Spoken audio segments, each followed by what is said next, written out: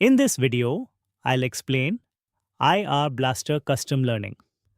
How to teach any physical remote command and control it smartly through the app. If your appliance remote isn't available in the built-in database, Custom Learning mode lets the IR Blaster learn commands directly from your original remote. Simply point the remote at the IR Blaster, press a button, and the signal is saved instantly. Repeat for the buttons you need, and even older or uncommon devices become fully controllable through the app. Once learned, these custom buttons work just like built-in profiles, including support for scenes, schedules, and automations.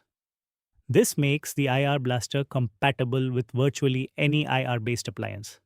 Now, I'll show you how IR Blaster Custom Learning lets you teach any remote command and control unsupported appliances smartly through the app.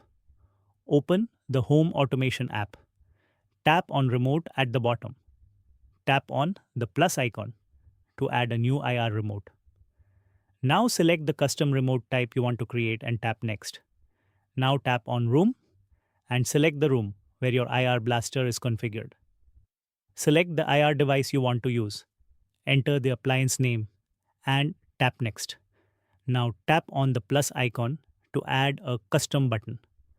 Point your physical remote toward the IR Blaster and press the button you want to record. This is useful when your appliance remote is not available in the built-in database. Once the command is recorded, give it a name based on the function you saved. For example, if you are recording an AC temperature button, you can name it 18 and tap Save. Again, tap the plus icon.